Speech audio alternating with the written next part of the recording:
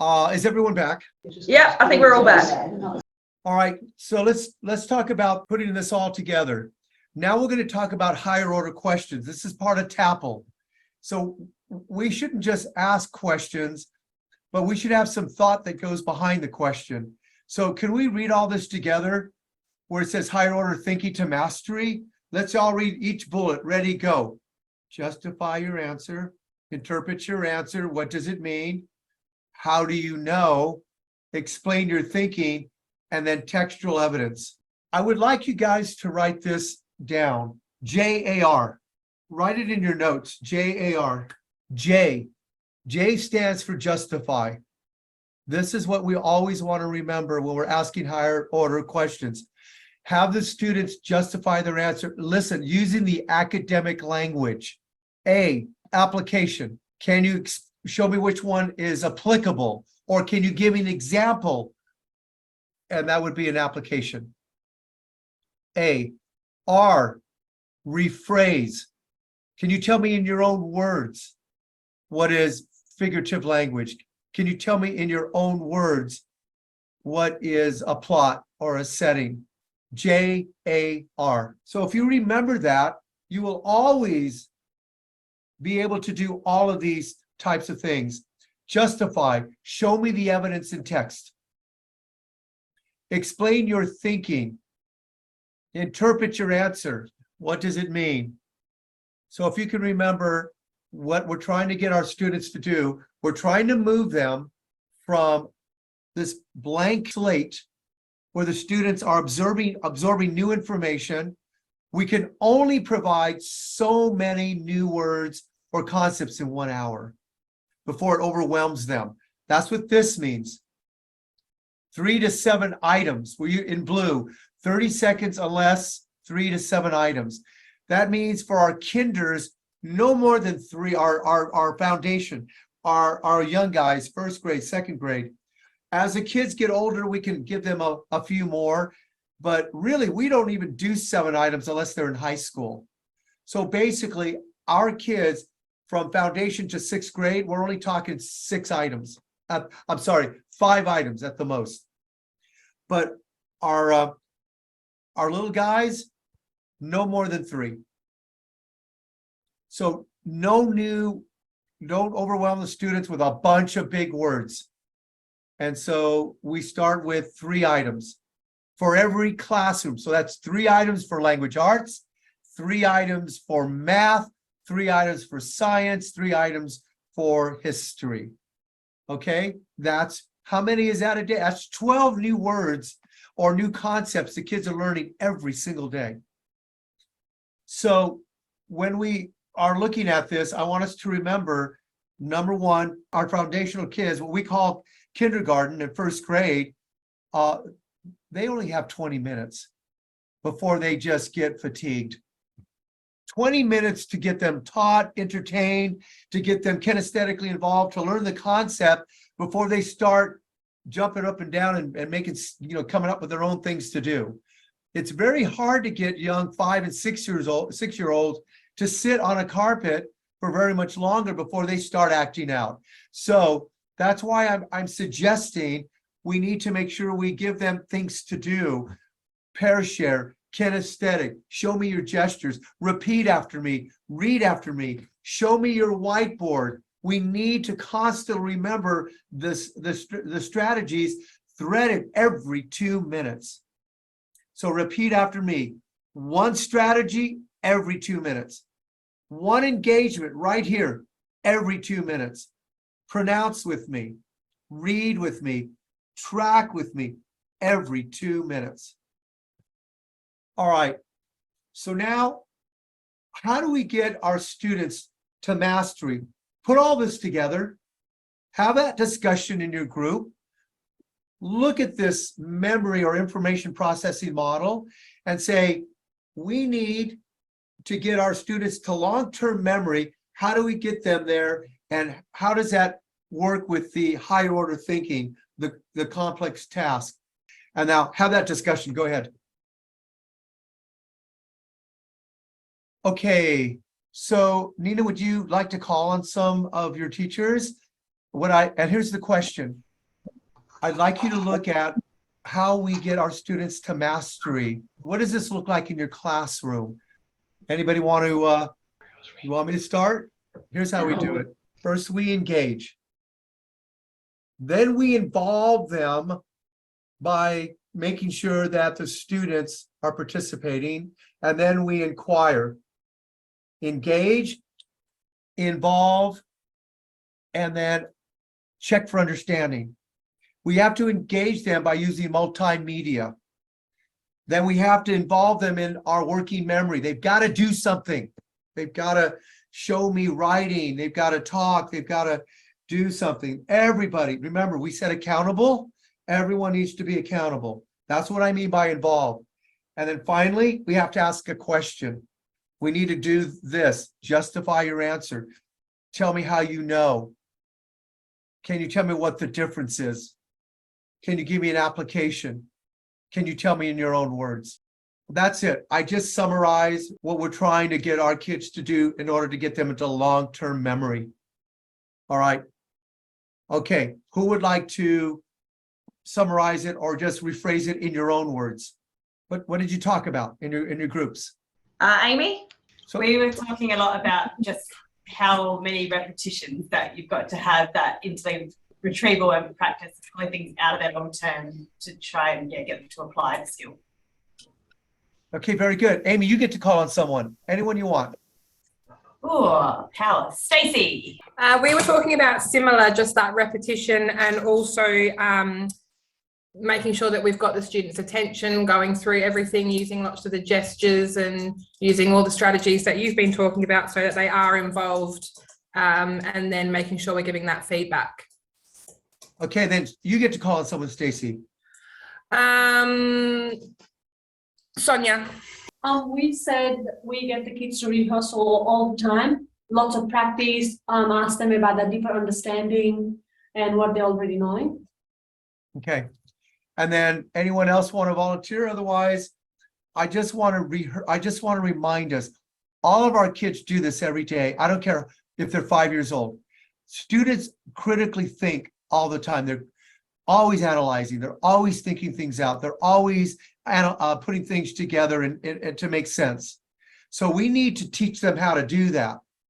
So we have to go beyond the simple rote answers. Anybody can read the answer, but it takes teaching and training to have students be able to interpret the answer. And that's where we're going to get mastery. I want the students to be able to understand whatever the concept is, why this is a setting, what does a setting mean, why is that important in a story, what is the main character. I want the students to be able to explain the purpose of adding fractions with uncommon denominators or different denominators.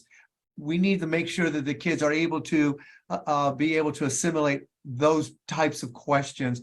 Anyone can perform and show, look, I can do it, but we're trying to get them to what? Justify, explain, apply. And that's what we're going to do right now. All right, if there's no more questions about the brain, I'm going to go to the next part. We have prime time 1 and prime time 2. This is for a 40-minute lesson. This is for kids that are like 3rd, 4th, 5th grade and up, but not our 5 and 6-year-old. Our 5 and 6-year-old, 20 minutes is max. So look at this chart. You have 20 minutes to get your students to understand the concept. 20 minutes to get them to do something and rehearse and practice before the cheese falls off the cracker. So we want to make sure that our kids are absolutely from the first minute all the way to the end of the lesson. You've got 20 minutes before you lose them. It's like herding cats. I mean, I used to teach kinder. After that, I used to have the kids stand up. Let's all shake up. Let's jump up and down. Let's get the wiggles out. Let's go ahead and get that excess energy because they're 5-year-olds. They just have all this restless energy. And I was happy if I had 20 minutes, 25 minutes. Okay. So prime time means this. We need to make sure that our students are getting that engagement right out of the gate. Read with me, pronounce, choral read, talk to your neighbor, and then they need to do a little bit of practice. And that downtime practice, really, that's like 10 minutes into the lesson. And closure is 20 minutes. All right, so this closure would, of course, make it smaller for our 5 and 6 and 7-year-olds. But our older students, this is what it looks like. Once they do prime time, by the way, is this. Let me explain it. Learning objective, activate prior knowledge, concept, skill, and guided practice. Skill and then guided practice. That's when the kids are practicing more on their own. There's 2 or 3 guided practice. Then we try to get them to do one on their own. We go right back to the concept. Then we do some type of closure. In our lessons, we always have a closure. Do you guys remember? What did you learn today? Can you do one more problem on your own? So that's what we mean by closure. Nina, do you remember that in our lesson? The components of our lesson. Okay, so basically 40 minutes. All right, that's called the recency primacy effect. And then during that second prime time, the kids are ready to kind of tell you what they've learned, and they're able to do a couple on their own. And then we have to go ahead and say, let's go ahead and get a drink of water. Let's go ahead and do a fun thing. Let's go ahead and change it up a little bit. All right, that's the 40 minutes. It's called the primacy recency effect. And we have to remember it's different for each grade. So 20 minutes max. And then for our 5 and 6-year-olds, 7-year-olds maybe, and then 7 to 8, 9, 10, all the way up to middle school. And then when you get to high school, we actually have blocks where you do this twice in 90 minutes. Turn to your partner and B's tell A's, what does the primacy recency effect talk about during a learning episode? Yes, what's your question?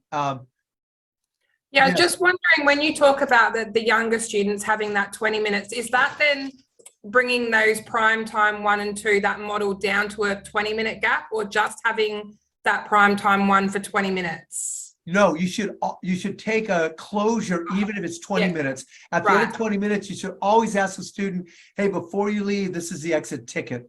This Yeah, is so it's still that whole model, but just in a smaller time period. Thank you. You got it. Thank you.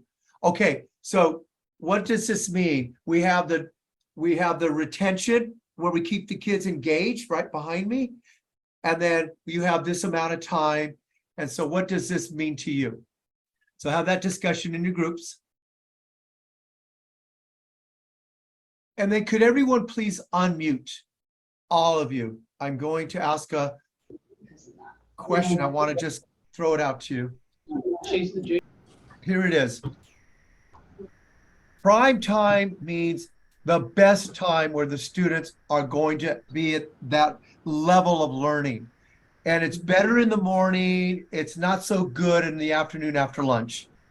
It's the same with us. After we have a meal, what happens to our brains?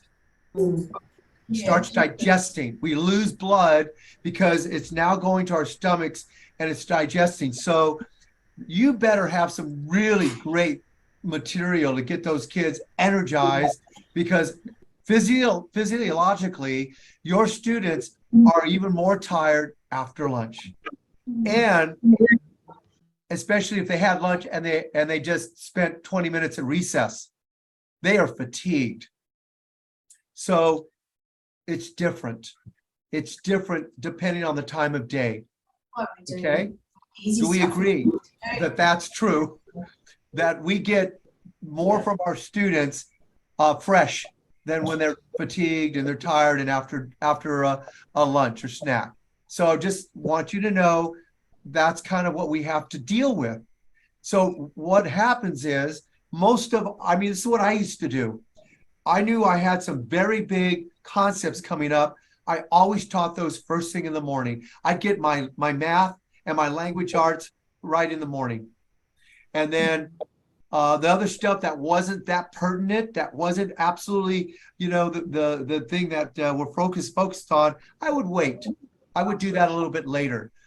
But It's not ex- that prime time means that's when your students are most energized and they've got, you know, their brains turned on. And I just wanted to share that with you. Do you have the same sorts of problems with your kids? Or are they sleepy all day like my kids, or are they energized? You know, it just depends. Go ahead and call someone, Nina, and then have them kind of explain one more. What do we mean by primacy recency effect? Jackie H. Well, everything that you've said as well, you need to get the most important done when they're engaged. And we do find that's first thing in the morning as well. Right. Definitely. Yeah, that's new information. So if I'm going to do a periodic review, I normally tend to do that a little bit later, but I try to get that new information, the brand new concept. And then the way that our lessons are designed, and maybe you've seen them too, Nina, we have that new lesson that's taught. It's almost the first thing in the morning. It's language arts and math. And then we have a time later on during the day when we review an older lesson, and we do that periodic review. Okay, someone else. We tend to use daily reviews here, so not so much the periodic review, but we have just concepts built into our lessons daily. So that's what we tend to do, not so much the periodic.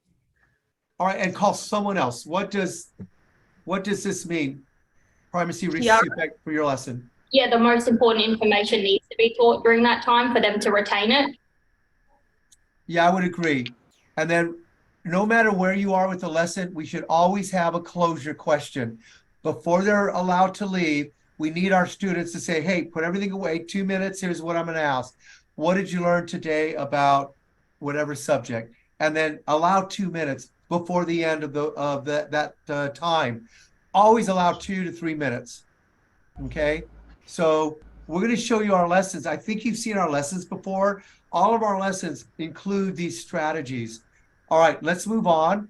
And this is called the curve of forgetting. I just want you to see the yellow line. That yellow line just means at some point we review a lesson for, it says next day 10 minutes, a few days later 5 minutes, and then continue on until 30 days later, 2 or 4 minutes.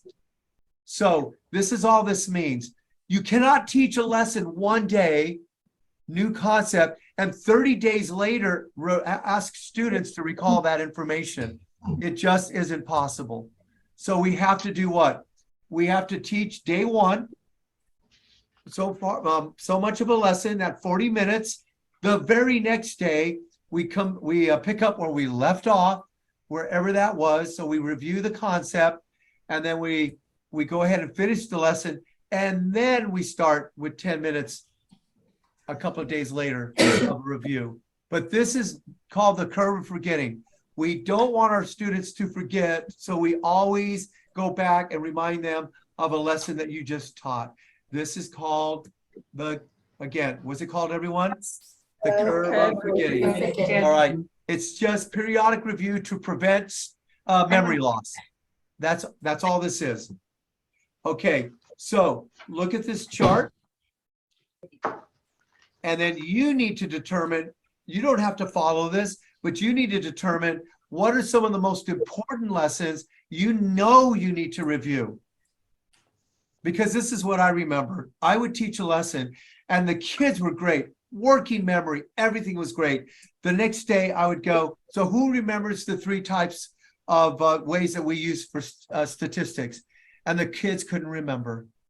All right, remember how we use mean, median, and mode? And the kids go, no. And I said, remember we just learned it yesterday? A little bit.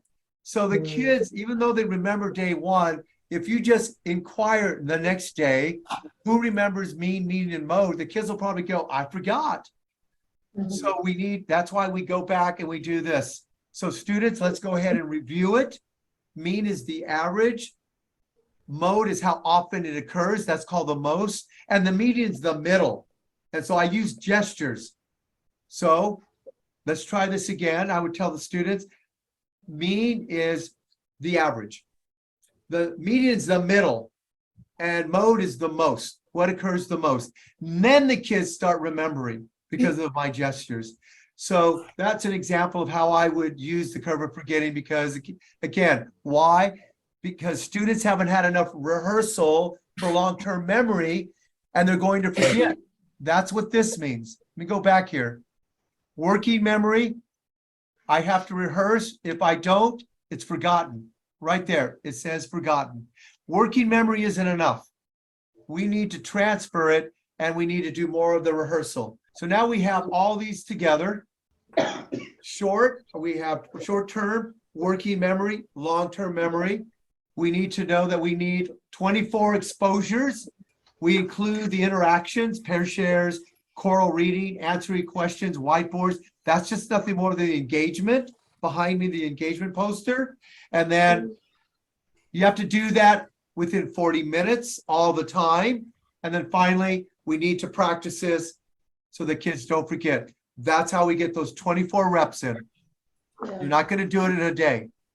It's going to take several days. I'm not sure if you all have this in front of you, but here's what I'd like you to do. In your groups, go and look at all these pages, and then I just want you to sum it up in your own words.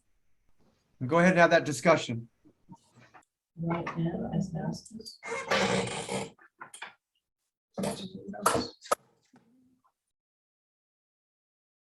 Okay, a couple more minutes. Okay, here we go. I'm just going to summarize it. This is just how simple I try to make it. I don't want to overthink, so I'm just going to go over this. Number one, what did we say? Engage. We need to engage. That's everything in red.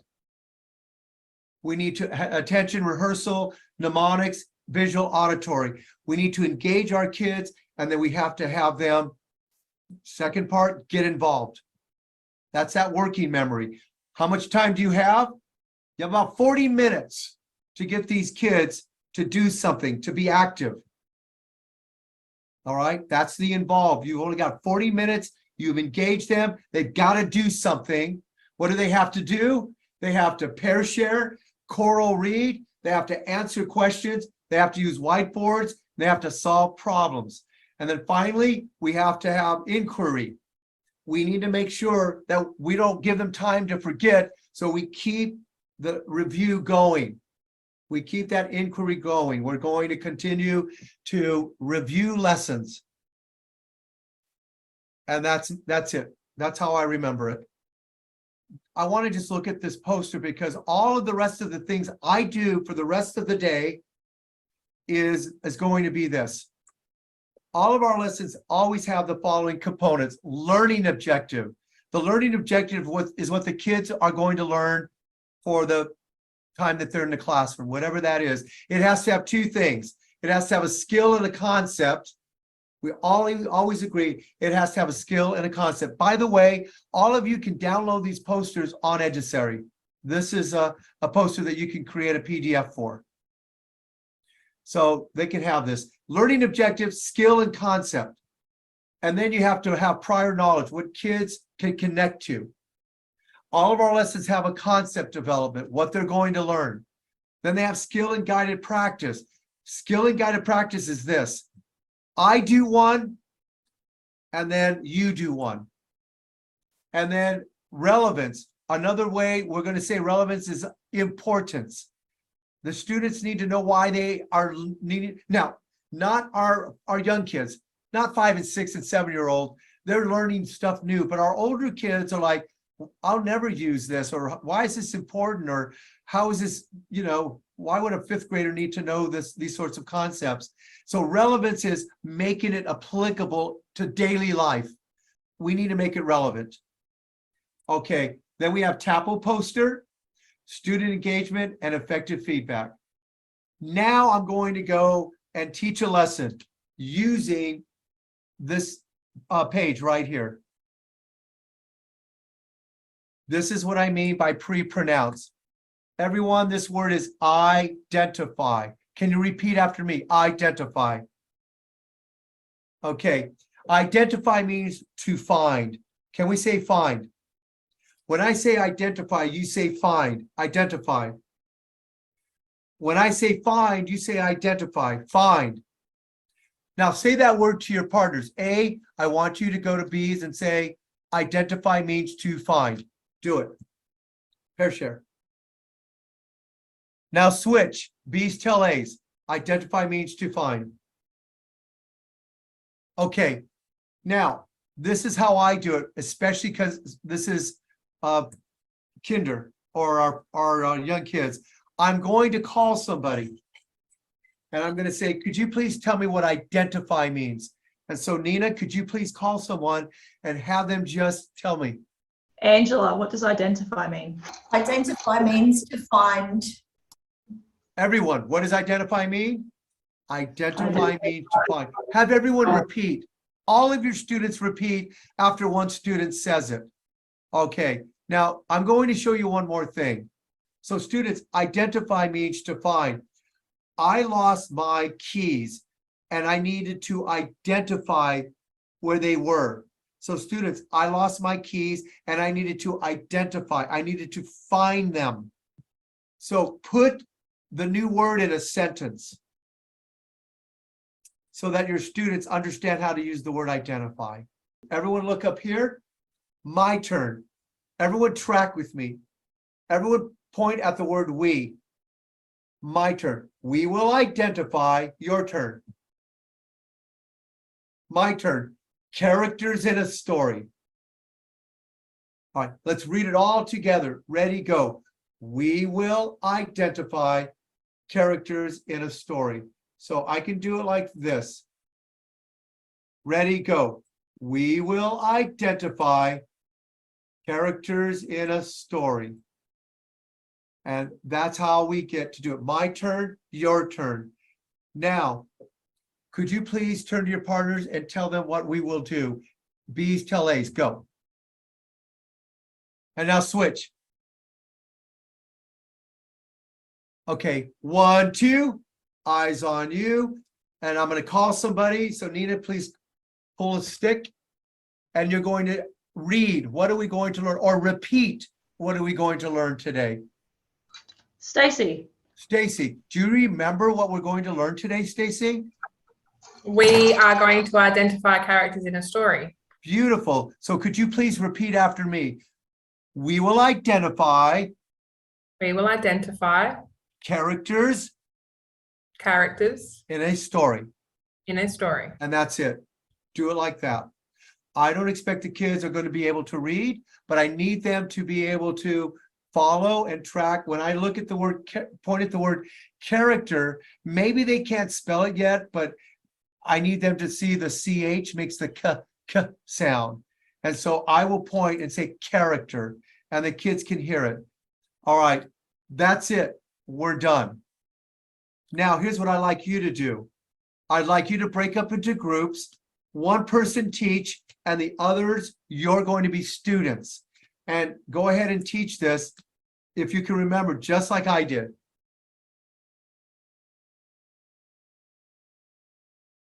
Don't forget to call on non-volunteers, make believe.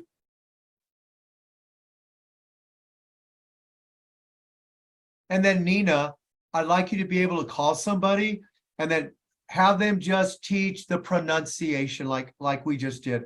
That's what I'd like somebody to do. Karen. Thanks. So we said, first of all, you would point to the word. So Everyone point to point. it. Let's all do it. Point to the word. The word is identify. Say it back. Identify. Yeah. And then identify means to find. Everyone say it. Identify means to find. Everyone needs to repeat. Okay. Yeah, back. And then we will then go to we will identify. Let's have them pair share now. Okay. Turn to your Okay. partner and practice. Identify means to find. Identify means to find. And then what? Pop stick. Pop stick. Oh, right away. Remember the primacy recency. You teach something, you check for understanding. If we wait too long, the students might forget. Identify means to find. So that's a separate lesson. So Yeah. Go ahead and call somebody and pretend you're going to ask them, what does identify mean? Is that you? Is it? So we're going to pop it. Come. Carmen, what does identify mean? Identify means define. Okay, now what happens if they said it means to find? What are you going to tell them? We So instruct need them to to a s- complete yeah, sentence. instruct. So what do we say? Identify means to. Ah, okay. Identify means to find. Now, do you think that you might have to use that in a sentence? The word identify. Yes. Okay, up to you, but I wanted you to see that.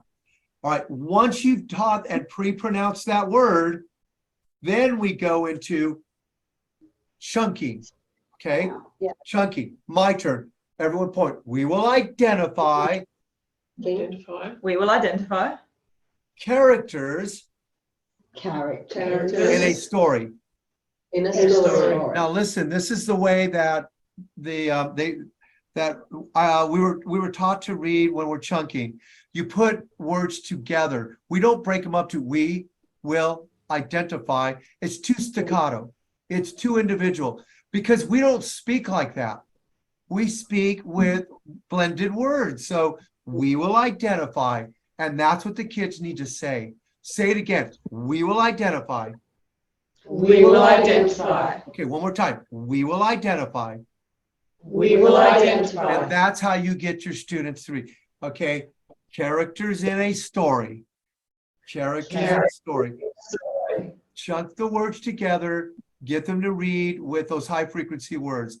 Or you may have to just say, we will identify characters in a story. It depends on your kids. I don't know. I know for my English learners, I have to break it down into characters because that's a hard word to say.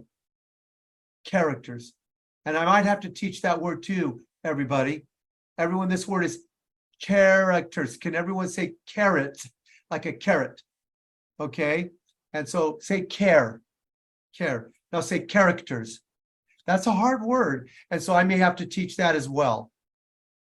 And so I'm just letting you know, whatever you think you need to teach, it's up to the teacher. All right, so let's go back. Now, here's a question I have for you. Did I have you pronounce with me? Did I have you track and read with me? Yes. Did I use a gesture? Yes. Did I have you pair share? Yeah.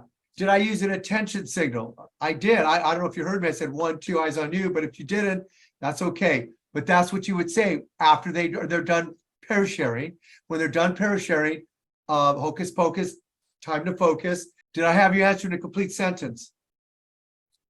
That's what it looks like. And it only takes a couple of minutes. And I already did all of these strategies. Okay? I checked for understanding and I did engagement and it doesn't take that long.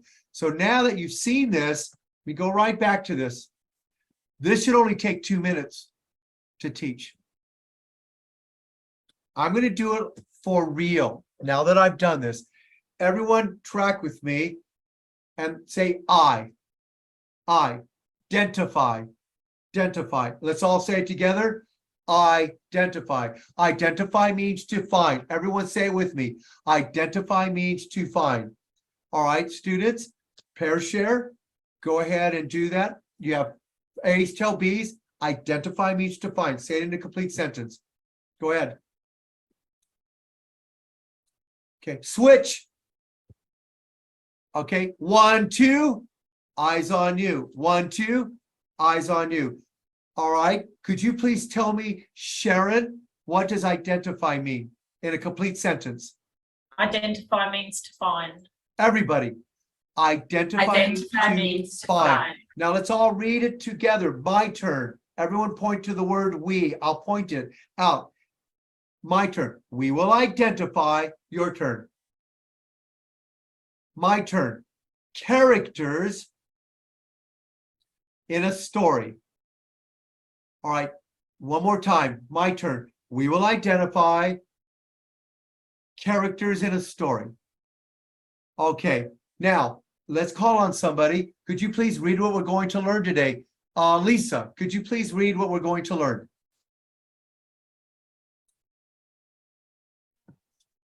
We will identify characters in a story. Oh, that was very good. Can we all say that again, everybody? We will identify characters in a story. And we're done. That's it. 2 minutes. Okay? The only time it's going to take more than that is if you want to use identify in a sentence and you come up with it. Thank you very much for doing that. All right, let's go back.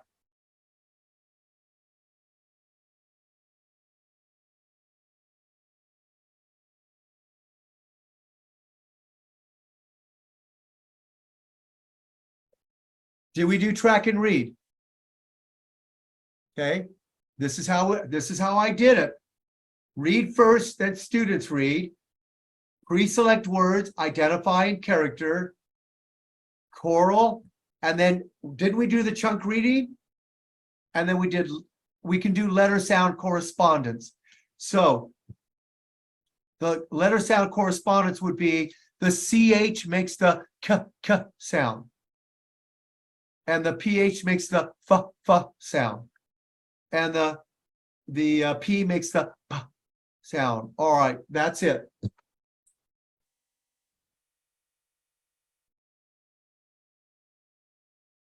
Did we use gestures? We did. Let's read this together. Why do we do gestures? Let's read it where it says help, ready, go. Help students store information in multiple ways. Let's read the 2 ways. Ready, go. Character traits are revealed by what he thinks, says, and does. And the slope of a line is rise before you run. The slope of a line is rise before you run. Those are 2 examples of using a gesture. All right. Now, I'm going to stop right here. I would like you to think of a lesson that you just taught, teachers, and I would like you, and then we're going to take a break. And I would like you to come up with a gesture of a lesson that you just taught, whether it's math, science, social science, or language arts, and then talk to your partners. What's a gesture that you did or you could use? Okay, 5 more seconds, and then I'll have Nina call on a non-volunteer and then share out what type of gesture did you use? All right, Linda. I'm not doing that again. Yeah. Perimeter is the outside of a shape. Everybody, let's do that with her. Let's make a perimeter. A perimeter is the outside of a shape. The outside of a shape. Students, is this a perimeter? Yes or no? Tell your partner why this is a perimeter. This is a perimeter because Side of a shape. yes, good. And so you could actually use a gesture and you can actually use a manipulative. That's multiple. That's what we mean by using multiple ways of doing that. Gestures and then an actual piece of paper. Perfect. Nina, call on someone else, please. Sonia.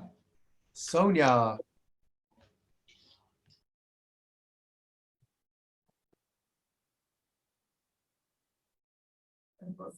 Oh, when we're teaching conjunctions, we use because, like so, but. Yeah. Oh, I like that. Okay. And now pick one more person.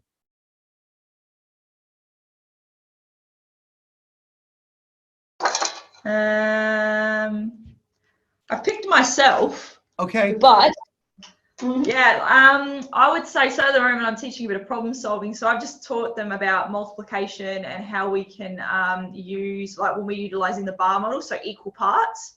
So I keep just kind of going equal parts are the same. I don't know. Otherwise, for maths, I don't tend to use a lot of gestures other than those simple ones of like measurement. All right. And I'm glad you brought that up because this is what I taught. I always taught all the students to learn from 5 years old and on. Everyone go like this. Equal. Equal means the same. What does equal mean? The same. This is the same as that. They are the same. This is the same as that. They are the same. They're equal. Everyone, I want you to put together, add. Put together, everyone put your hands together, add. Don't use fingers. Don't use fingers because the kids can't see that. They're going to make a cross. They're going to look like an X. Use whole body. Add means to put together. So students, say it with me. Add means to put together or compose. Now everyone make this line. Subtraction means take away. Subtraction means take away. And my kids love it. They love using whole body gestures. So what does equal mean? The same. This is the same as that. And what does this mean? Add, to put together. What does this mean? Subtract, to take away, taking it away.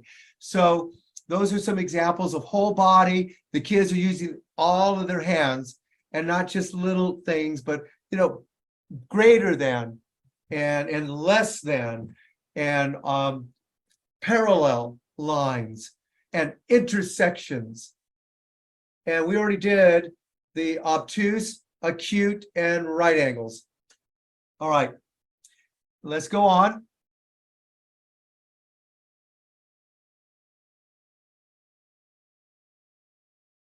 I think we already done this. We don't need to even go any further on pair shares.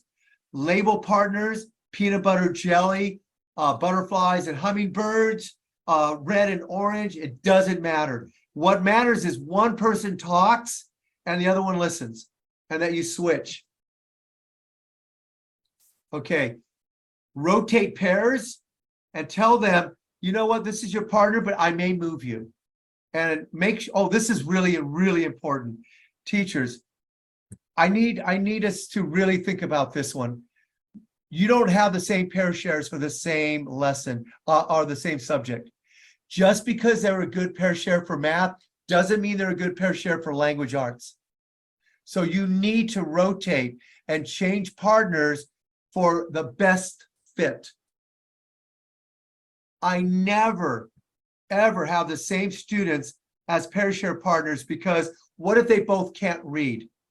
It's not going to be fun. Put someone who's a better reader with someone who needs a little help. Don't put the best reader with the non-reader. So you want to just put students that are just a little above that can help each other. What you don't want are two students that look at each other and go, all right. And also, don't put two kids together in pair shares that never talk. And then don't put two pair shares together that never stop talking. Always try to get a good match in your pair shares. This is called strategic pair share. And that means finding the best match for that student. So Nina, have you all been told this before? This strategy? Yep, we've gone through all of the student engagement norm strategies. Okay, good. Then we're done. All right, let's go ahead. We already talked about reasons to pair share. We already talked ways to do this, managing pair shares. We're going to skip.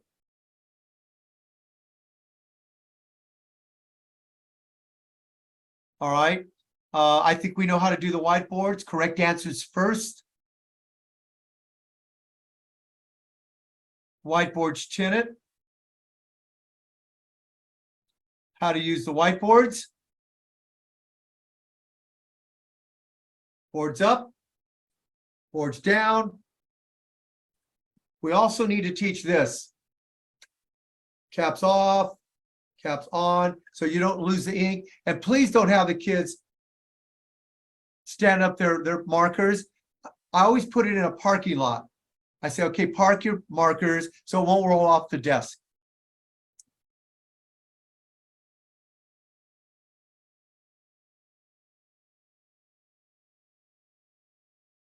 Why do we use whiteboards? It keeps kids engaged. It's kinesthetic. Okay.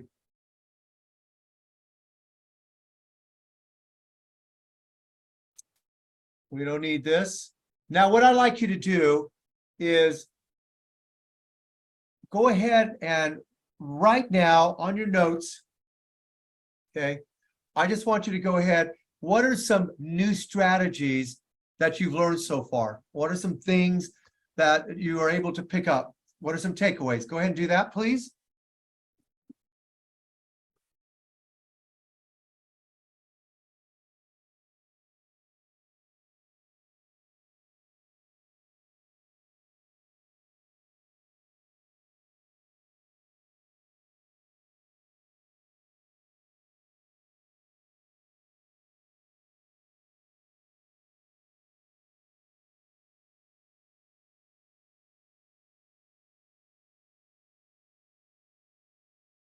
Everyone's going to write it. You can write it on your whiteboard,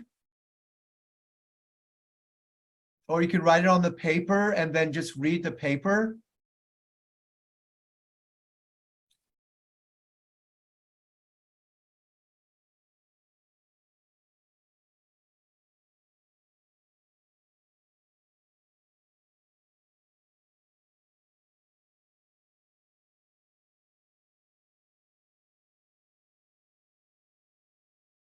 Raise your hand if you need more time. Okay, I'll give you another 15 seconds, 20 seconds. And then Nina, would you please just call on anybody? And we're just going to go around the room and have, what are some takeaways? All right, Charlie.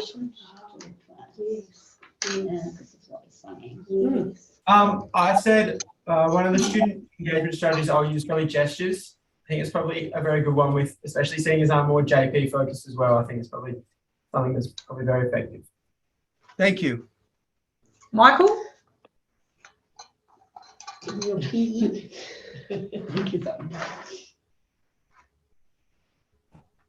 I wrote down gestures, especially for like when teaching skills, sort of showing the skill. Okay. Kelsey?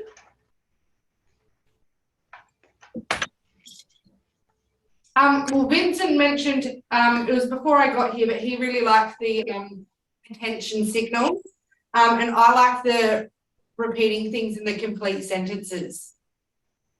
Okay, thank you. Kerry? Is she still around? I don't know if she's still here.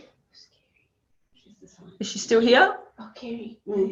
Sorry, we don't have a wireless mouse, so I got to run. Mike wants to run around. Probably for me in science, unpronounced with me, especially new scientific vocab in particular. Oh, yeah. Very good. Aaron?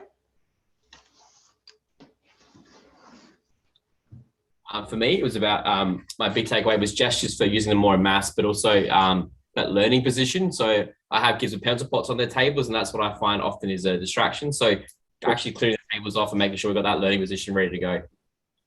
I think we really need to remember that kids will play with things, and that's an easy distraction. And you don't even know that student next door who's next to that student tapping or playing with something. They're not listening to you. They're focused on that student next to them, and it's hard for them to be engaged. So we need to make sure everybody has an equal opportunity to have equal access to the learning. Okay, anyone else? It's like Call maybe one more person, Nina? Beck? Ash and I were saying that the complete sentences, even though we do it, it's just sometimes we like rushing because we have so much to get through. So just making sure that they're answering in full complete sentences more often. Okay, now I would like to go ahead and we're going to go ahead and look at some lessons using higher order questions. Why do we use this? I'm going to read this to you, then we're going to do some checking for understanding, why we use TAPL. Provides equal opportunity. Let's all read this. Go. Provides equal opportunities for all students, not just the smart ones, not just the kids who raise their hands. Teachers, I don't want to know how many people know it. I want to know how many people don't. That's what I'm really checking the pulse for. I don't want to know why 10 hands are up. I want to know why 30 hands aren't up. Questions measured real-time learning, not background knowledge, using the academic language. Students aren't allowed to guess. And we're not going to do this. Who knows? Who knows? That is not a checking for understanding question. That's just busy work. Just asking kids, you know, are you awake? All right, here we go. I taught the learning objective. Now we're going to do another one. This should only take a couple of minutes also. How do I do this? I'll show you. My turn. All right, everyone look up here, track with me. Answer the following questions. Students, we're going to answer some questions. It's your turn. Answer the following questions. Always do the first one when you have more than one. Let me do the first one. My turn is, look at the picture. Everyone, what's this? What's this called? What do we call this, everyone? It's called a camera. That's right. So let's all say camera. Okay, students, my turn. Is a camera a person? Your turn. Is a camera a person? So students, I know that a camera is not a person. I'm a person. A camera is something that takes pictures. So I'm going to say no. I'm going to say no. Students, why did I say that the camera is not a person? Tell your partner right now why camera is not a person. Camera is not a person because A's go first. And now switch. Camera is not a person because. Okay, 1, 2. Anne Marie, I just called you. Why is camera not a person in a complete sentence? You're making Michael go up. Michael, you're getting your exercise. So, Anne Marie, can you tell me why? What did you tell your partner? Why is camera not a person? A camera is not a person because it's an object. It's not a living thing. Like it doesn't. Oh, it's not a living thing. It's an object. It's something that just takes pictures. Yeah. One more person. Kelsey, could you please tell me what Anne Marie said? Why is camera not a person? Anne Marie said the camera is not a person because it's not a living thing, it's an object. It's an object. Very good. So students, we can all agree camera is not a person. Let's go to the next picture. Everyone see my picture? This is a girl. Everyone, what is this? A what? Girl. My turn. Everyone point. Is a girl a person? Your turn. Is a girl a person? A's tell B's. Is a girl a person? Go. A girl is a person because or not? Okay. Now switch. Is a girl a person? Yes or no? All right. Hocus pocus. Time to focus. Okay, I'm going to call somebody. So, is a girl a person? Julie, could you answer in a complete sentence? Yes, a girl is a person because it's a living human being. Oh, I like how she said that. It's a human, it's a living thing. So it's a human person. Yes, the girl is a person. One more. How about Brianna? Did you say yes or no? Is a girl a person? A girl is a living person because, what did I say? A girl is a person because they're a living thing. Oh, yeah. If they just said, yes, a girl is a person, and they showed me green, because I'm going to look at this, then I would normally call somebody, why did you say green? Now, what happens if you see this? What do? Here's what we do. Call on the person that got it right, Brianna. Call on the other person that got it right, Anne Marie. Was it Anne Marie or Kelsey? I forget. And then finally call the person who got red. So then I would say, Lisa, I noticed you said no, that the girl is not a person. Do you still want to say no, or do you want to change your answer? I would change my answer. That's right. You change your answer to yes. Why do you say that a girl is a person? A girl is a person because she has a face and she is living. there you go. Whatever kids say, because it's a real person, or because they have a face, or because my sister's a person, whatever 5-year-olds say. And then we say, that's right. In a complete sentence, the girl is a person. Everyone, we should all see green. And then we would do that. And now on your own, yes or no, is this an animal? This is a dog. Everyone say dog. Ready? Repeat after me. Is a dog an animal? Your turn. And now on your whiteboard, I should see either this or this. So pretend you did that. Okay. Then I'm going to say, Aaron, I like your answer. I like that you chose green. Can you please tell me why the dog is an animal? Why you said yes? A dog is an animal because it's not capable of having the same independent thoughts as a human, but it's still living. That's a great answer for a 5-year-old. I love your answer. So that's right. So we just say, yes, a dog is an animal. Yes, it is an animal. Is it a person? Everybody, is a dog a person? And hopefully they'll do this. This is what I mean by having kinesthetic. Having all the kids tell you what it is, and then say, well, students, you all said that, yes, a dog is an animal. So students, is a dog a person? And they would show you no. Okay, now we make a connection. Students, you already know how to tell the difference between a person, an animal, and a thing. We will call people, animals, and things characters. And you're done. That's it. Don't ask any more questions. All right, I just did this. I'd like you to go into your groups and explain how would you teach this to your kids. Go ahead and do that on your own. Now, when we do this, teachers, and it flows, typically this takes about, it depends on the amount of reading.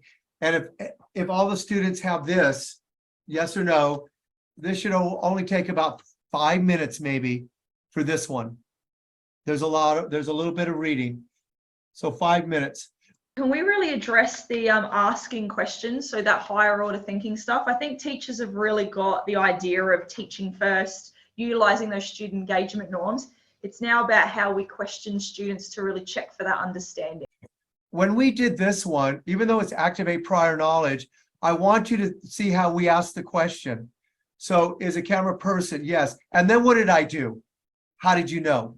That goes back to the higher order question. I know the camera's not a person. Even though it doesn't say that, it's justifying the student's answer. That is one of the things we need to be aware of for higher order questions. They said that the camera is not a person. They said what? They said no. Then what do we do? Then I said, how did you know? I know that the camera's a thing. It's not a living thing. It's not a person. And so then what happened was I called somebody else. And then I said, I think Anne-Marie, you said it's not a person because, and then I said, Kelsey, what did Anne-Marie say? Now, why would I do that? Because I wanted you to get the idea that Anne-Marie answered a really nice response. She said in a complete sentence why it was not a person. And so this is a listening skill as well. And so I would say, yes. And do you agree with her? Yes, I don't think that a camera's a person. It's not a living thing. So those are the types of higher order questions that we could ask. We go back to our TAPL and mastery. Now, having done this, I want you to look at this concept right here, concept development. This is tricky. And I'm going to explain why this is tricky in a bit. I'm going to teach a character is a, now watch what I do. Everyone point to yourself. Person, animal, or a thing. Now, why would I do a thing? Because if you've ever seen a cartoon or Beauty and the Beast, you know that Chip, the cup, is not a real person. It's not even an animal. Chip is called, Chip is a cup. Why is Chip a character? This is why, because this is why we need to do it. Characters talk, everyone say talk, or they do something. They're playing a guitar, they do something. So students, how do you know a character in a story? They have to do two things. They have to what? Talk, or they have to do something. Turn to your partner, A's tell B, what can a character be? A character can be all right. I just want them to repeat after me. Now, what does a character do? A character has to do two things, everybody. It has to talk, or do something. All right. Then I would read the story and then look at my pictures. The picture shows a girl doing something. What's she doing, everyone? Crying. And what's the frog doing? Dancing. They can see that. Now we have to read it. So everyone point and track while I read. I'm going to read first. One day, a little girl named Josie was crying at the park. She lost her ball. The dancing frog said, I have a gift for you, Josie. It was a new ball. Now, students, let's read it together. My turn. One day, your turn. A little girl named Josie was crying at the park. She lost her ball. The dancing frog said, I have a gift for you, Josie. It was a new ball. Now, students, look at my characters. You can see that they're doing something. What's Josie doing, everyone? And what's the frog doing? But students, we also had a ball and a present. Students, did the ball say or do anything? No. Did the present talk or do anything? No. So students, not a character. Everyone say not a character. The ball and the present, because they didn't do what, everybody? They didn't do something. Okay, you notice how I'm having my kids do the engagement and kinesthetic with me? It's very important, because now watch, I'm going to ask a higher order question. Here it is. Students, listen very carefully. Can the monkey, look at my monkey. Can the monkey be a character in a story? Look at this monkey. Remember, a character needs to do two things. So look at my monkey. Can the monkey be a character in a story? Think about it. And I want you to tell your partner, monkey can or cannot be a character in a story, because go ahead and talk to your partner. And then we're not going to do that. So everyone, please take off your microphone. I need you to repeat something here. This is really important. I want the students to be able to identify, look at my picture. They already saw that Josie was doing what? Crying. The frog was doing what? But they also saw that the balls weren't talking or doing anything. Now look at my monkey. Is my monkey doing something? Yes. Okay, that's what you have to be able to identify with the students. Look at my monkey. Can the monkey be a character in a story? On a normal day. And then watch this.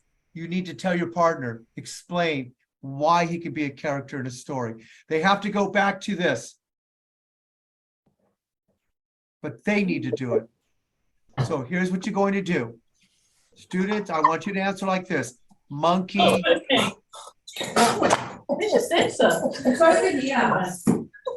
Okay. Sorry, where are you? So now I'm going to call somebody. I'm going to call Kiara.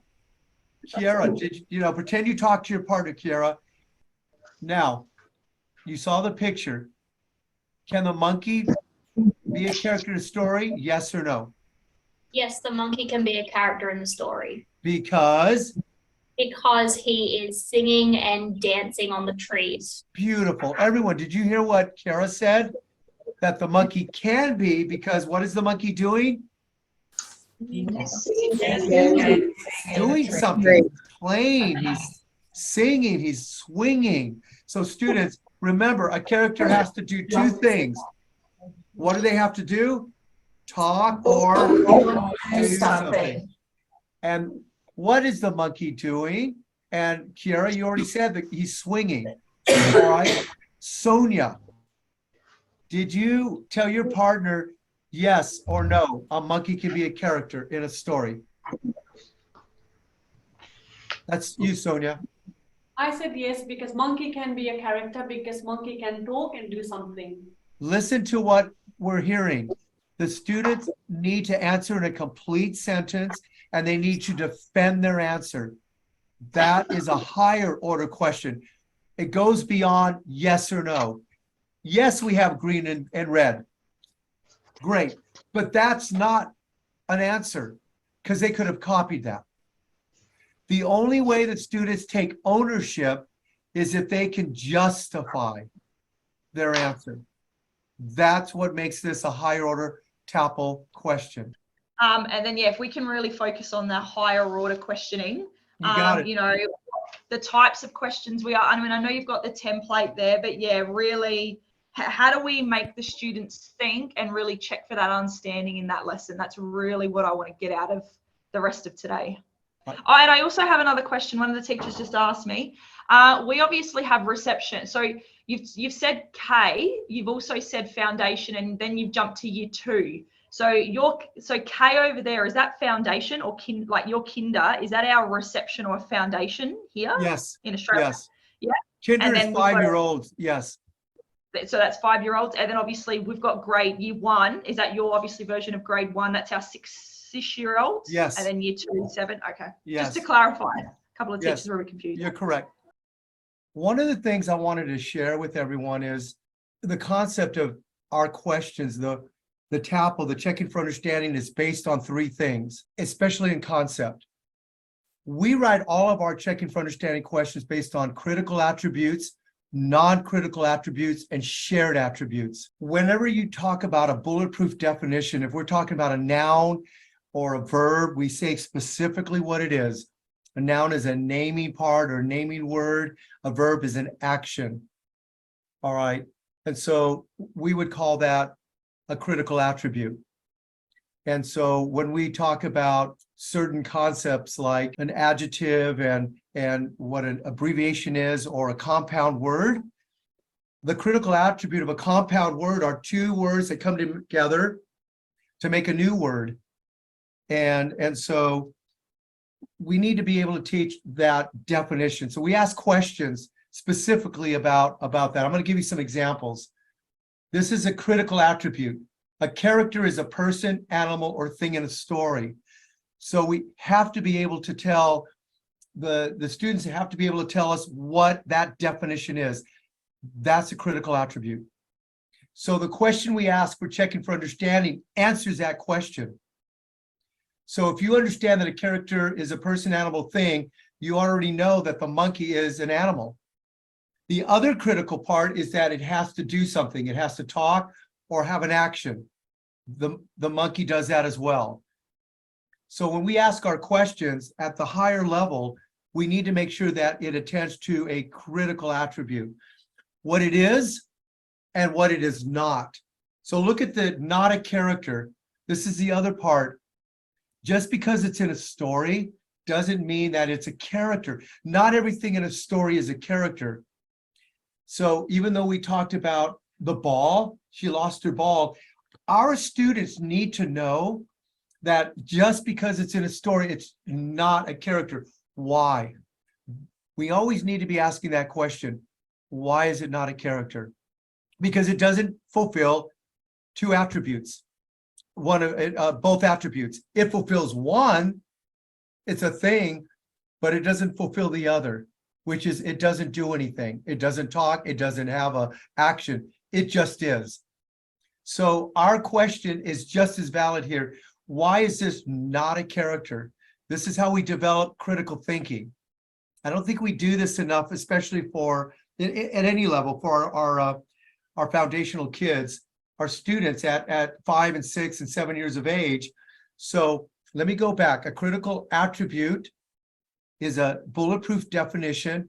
It defines what the concept is, but then it's also what it is not. And so this is why we said not a character. Even though it's in the story, we have a gift. This is a gift or a present, and it's a ball. Why is this not a character? And so the next question we're going to ask is the park. Can the park be a character? Well, if they understand all the attributes of the concept, then they know the only answer can be no. This is where it gets confusing for kids. I've seen trees talk before. I've seen trees in The Wizard of Oz throw apples. So I know that trees can be a character in a story. But do we see the tree doing anything? No. It's just a landscape. And so these are some of the things that our students need to develop, why this is not a character. It's a thing, it's a living thing, but it needs to do two things. It needs to talk, or it needs to do something. It's not even, it's not showing any action. So when we ask this question, can the park be a character in a story? It's based on the premise that they know what a character is. All right. So the answer would be no. Then we have to ask this question. Explain. Another word for explain is, how do you know? So I'm going to go back to the original higher order questions. Remember what they were? JAR. All of our TAPL questions at the higher level always have to ask those things. Justify your answer. Tell me why it is or why it isn't. Can you give me an application? Can you show where this might be a character? And then I need you to tell me in your own words why it is or isn't. We need to remember JAR, G-A-R. So this is just an example of the types of questions that we need students to really focus on. These are not easy questions. This is the mastery type of questions we were talking about in the brain research. What we see too often is, what's a character? A character is a person or animal, and then that's it. And that's all we ask our kids. Oh, it's a person, it's an animal, and it's a thing, and it has to talk or do something. But here, they have to do this part, the application. And this is an application. The application means they understand the concept. I want you to talk to your partners. Why are these higher order questions? What makes this a higher order question? Can the monkey be a character in a story? Look at this one. And why is this one also a higher order question? Can the park be a character in a story? And remember, it has to tie into the definition. So why is this, can the monkey be a character in a story? Why is this a higher order question? What attributes does it have to make it a higher order question rather than just a yes or no question? Go ahead and talk to your groups about that, please. Okay, so can the monkey be a character in a story? And look at the way that we have our students answer using the academic language. Monkey can be a character in a story because this can only be answered if they understand the concept. This is a very critical concept thinking question. So why is this a higher level question? And can we call somebody? Nina? Sharon. So we've discussed it. We've said it's an open question and we need to explain what the question is. Right. You need to explain. You need to give it. This always goes back to understanding the definition and the concept. Let me ask one more person. Why is this a higher order question? Let's call one more person. Angela, Angela, go ahead. Larry, before Angela answers the question, do you know, when you're checking for understanding, is it important to still keep those definitions of what a character is and what a character is not, or can you ideally take them away? Okay, And that's a then- good question. I'll show you. In the way that we have it, if you go to our skill, we still have this. Remember the concept, even in skill and guided practice. We remember what we said, the skill has to drive the concept. That's why we always need to remind our students, remember the concept. What are we trying to get you to remember? I'm not saying, hey, that we're not just asking a question about read the story and identifying the character. It's identifying the character because I understand what a character does and I understand what a character is. So all of our questions, Nina, no matter where we go, the concept stays there. Do you notice that? The question that was on the screen is a higher order question because it's actually in getting the children to think about the concept that we've been teaching and use what they've learned to explain their reasoning for the answer that they've given. Exactly. I think that's a great answer. Let me show you. Higher order questions requires this, and I think we need to write this down. It requires students to process, not repeat, regurgitate. Regurgitation is not higher order, or it's not an application. We need process. We need to ask the question using synonyms. We need to ask the question using antonyms and similar types of problems. It cannot always be black and white. Because why? Because testing is never black and white. If you understand the concept, I can answer the question no matter what you throw at me. So that's why it's so important that we drive that big idea, or the main idea. So let's look at this process content. Our students need to process, think about, and spend some time. It's never a quick answer. It's never going to be one that just flashcard type of answer. So it requires steps. Now, here are some examples in concept. This is what we always ask. Which is an example of a character? Let me just fill in the blanks. How do you know? Which is an example of an inference? Which is an example of an adjective? How do you know? It can only be answered if you know the definition. That's this question.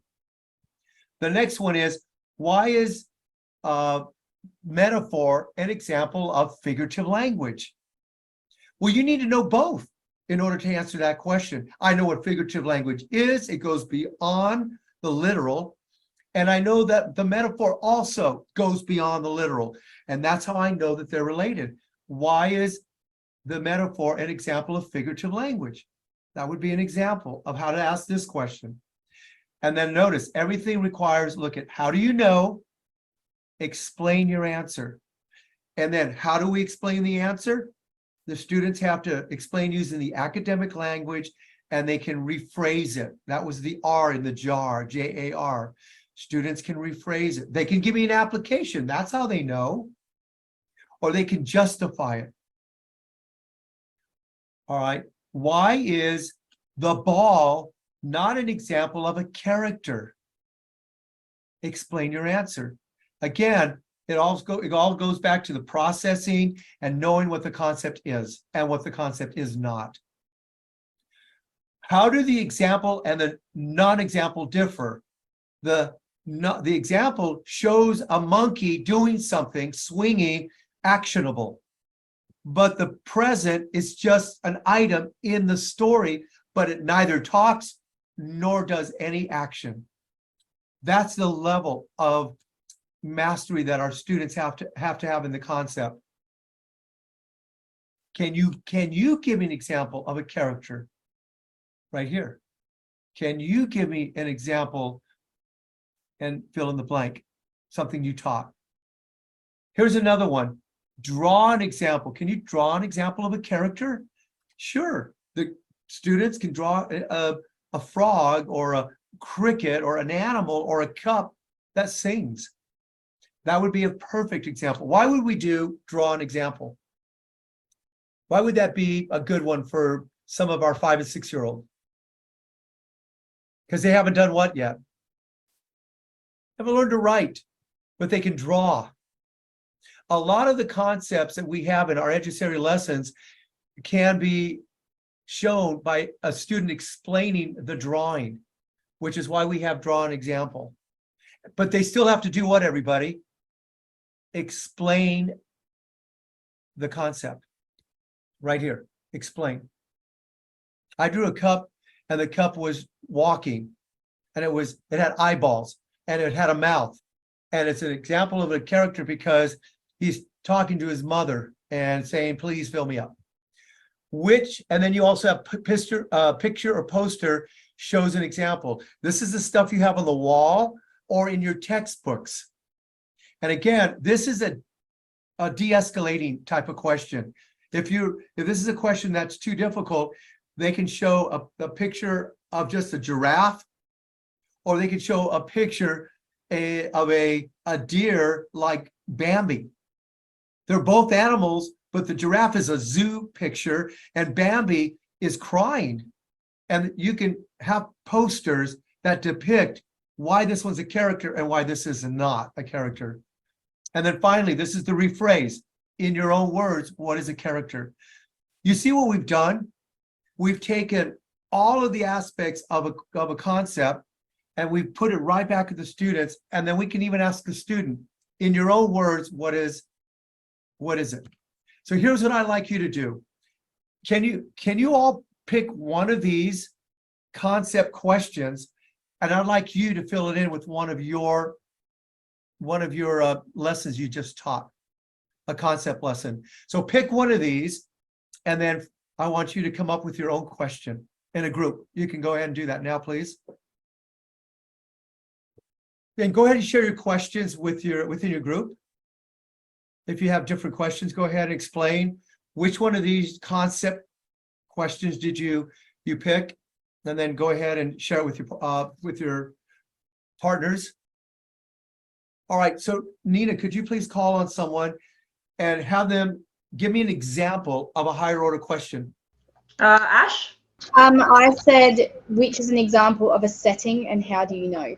Setting in a story. Okay, great. Sonia? We said, draw the example of where you find the sand. The way you what? Draw an example of where you find sand. Oh, okay, thank you. And one more person. Aaron? We sort of brainstormed ours together based on maths. So ours was, What is an example of an unrelated fraction and how do you know? And how do you know? Now, here's the next question I have for all of you. What is the definition of a higher order question? Go ahead and write that on your paper or whiteboards. What is the definition of a higher order question? What makes it a higher order? Okay, so I'm going to just look at the picture and I'll let's call on Rachel. What is, in your own words, what is a higher order question? A higher order question is? Multi-step process. So Okay, something say that, it. Now, in sorry. a complete sentence, a higher order question is? A high order question is a multi-step process. So you need something that requires further thinking. Teachers, there has to be some complexity in the question.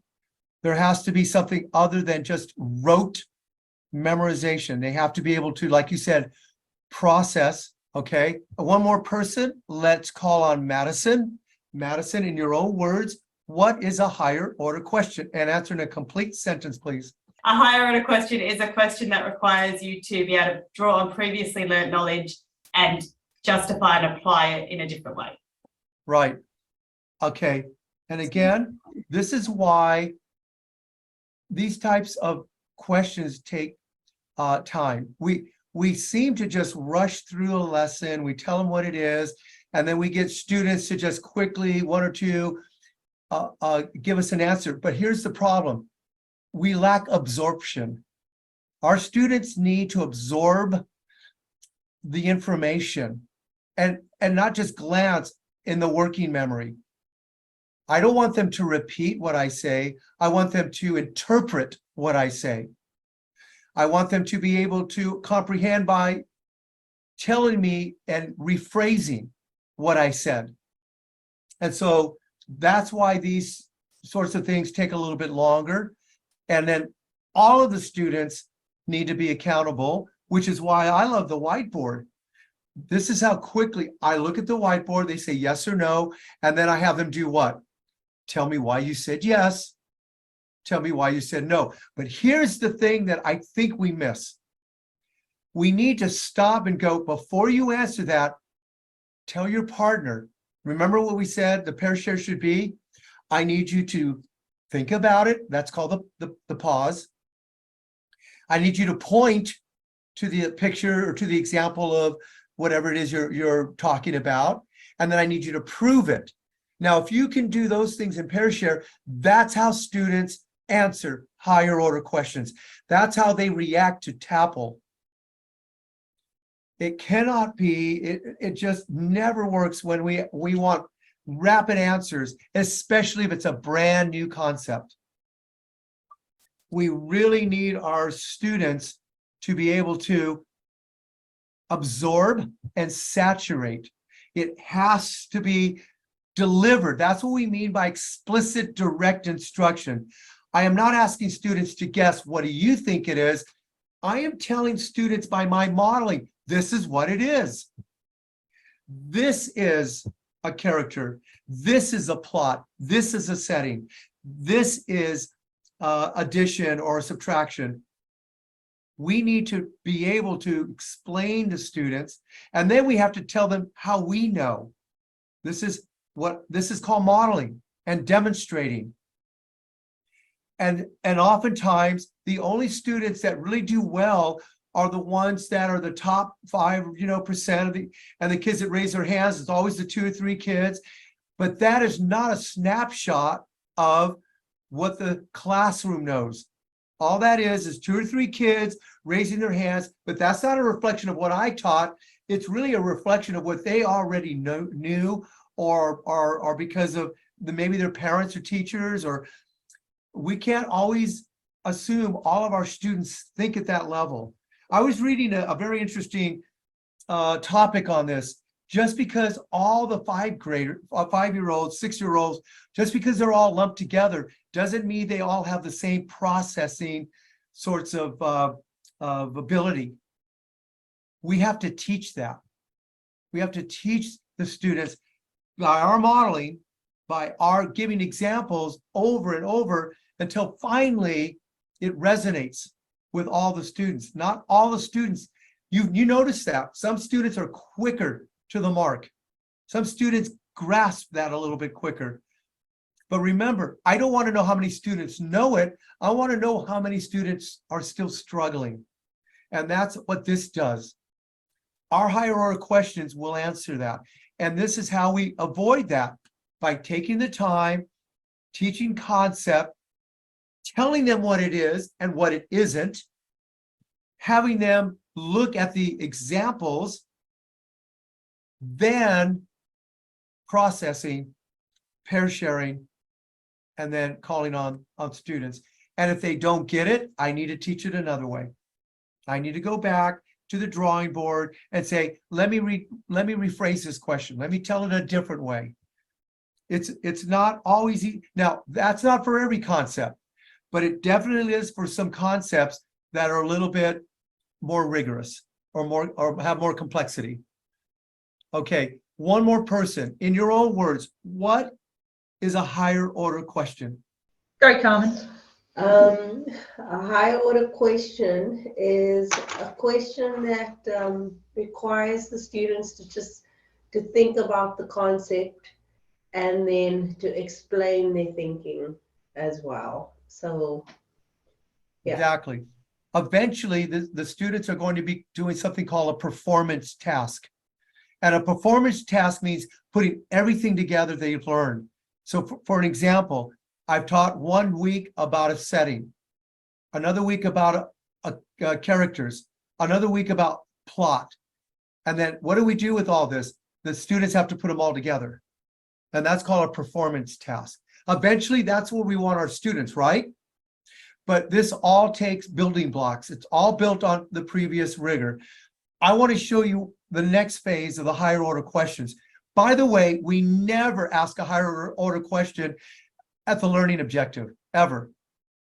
Today we will identify, today we will analyze, today we will determine or distinguish. And then the activate prior knowledge is what they already know about something, but they don't have the academic language yet. We do not ask a higher order question until concept, right here. We don't ask until here. And then we also ask higher order questions for skill and guided practice.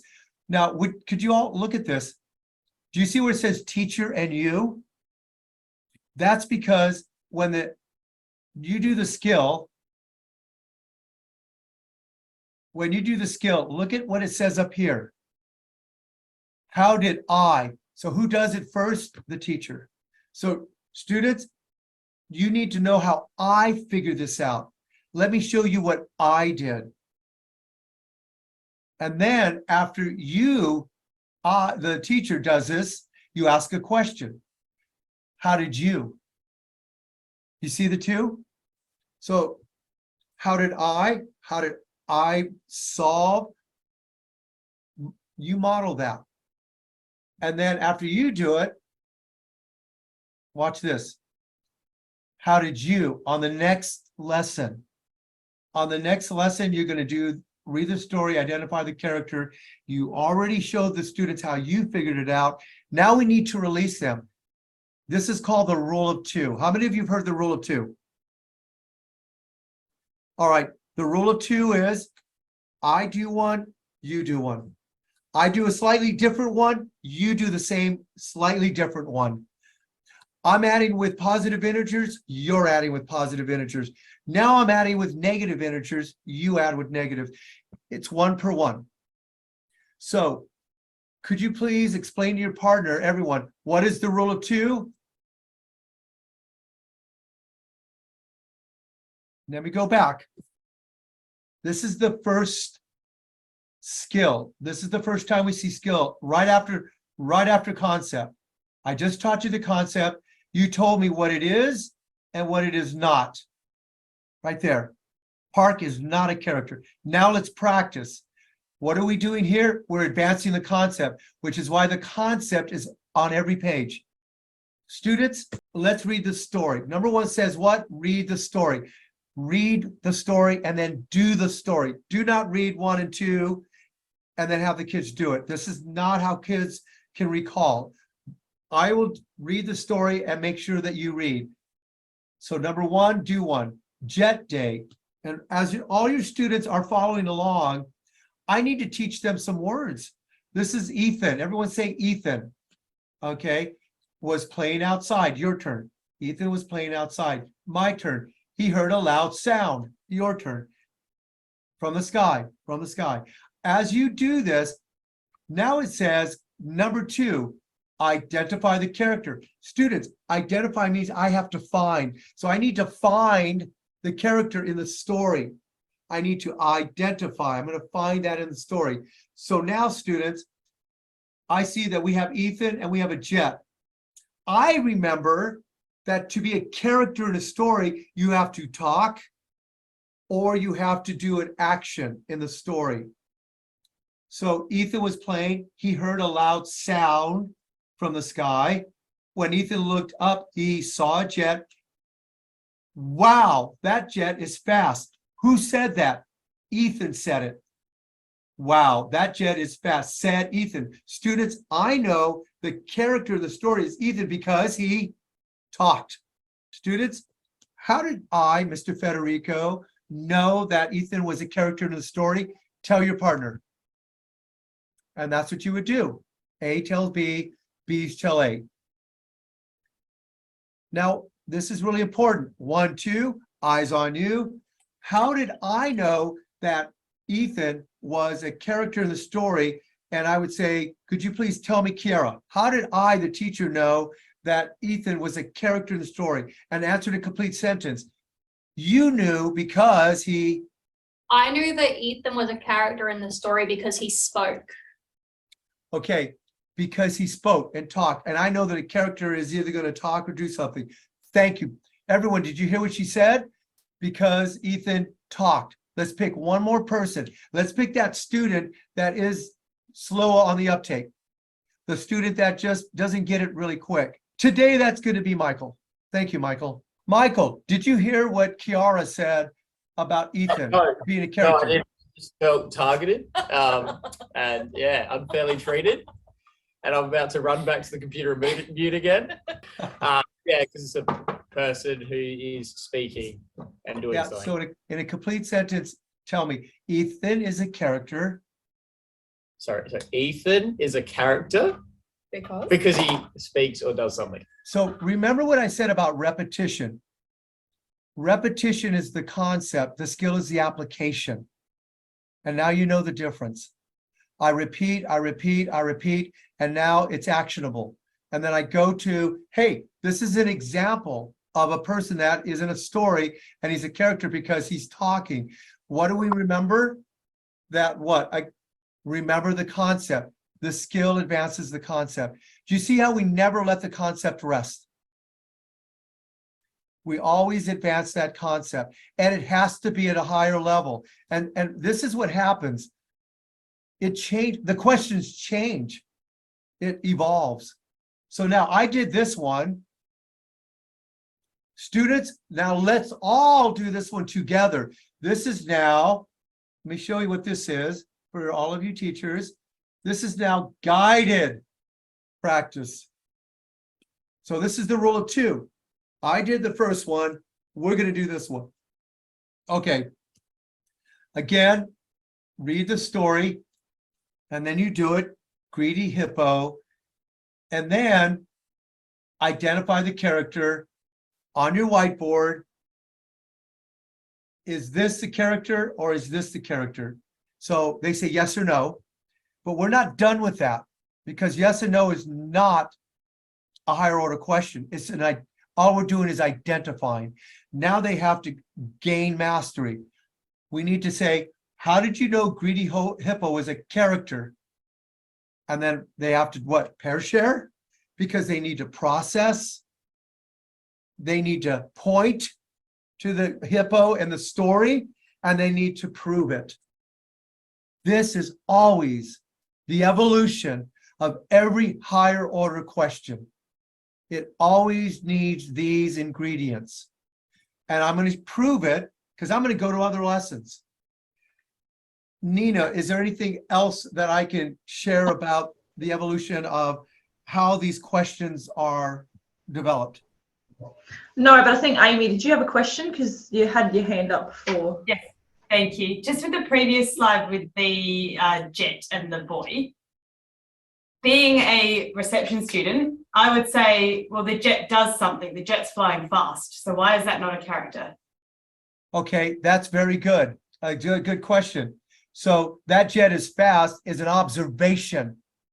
It's not what the jet is saying or doing and say, look at me, I'm doing something really cool. I'm a character, because a character, it needs to either, it has to do something that is relevant to the story. And it's not about the jet being part of the story. It's something that just made a loud noise. And then it was Ethan that said, that was his observation, the jet is fast. Okay. The jet didn't point to himself and say, yes, I'm fast. But that's a very good question. And we have students who actually say that. Yeah, that's what nice. But the only one that observes that is this guy right here, Ethan. Okay, thank you. And he's the one that's saying it's fast. But the character, but the jet is just an object in the story. It'd be the same as saying the ball is blue. What's the word I need to teach?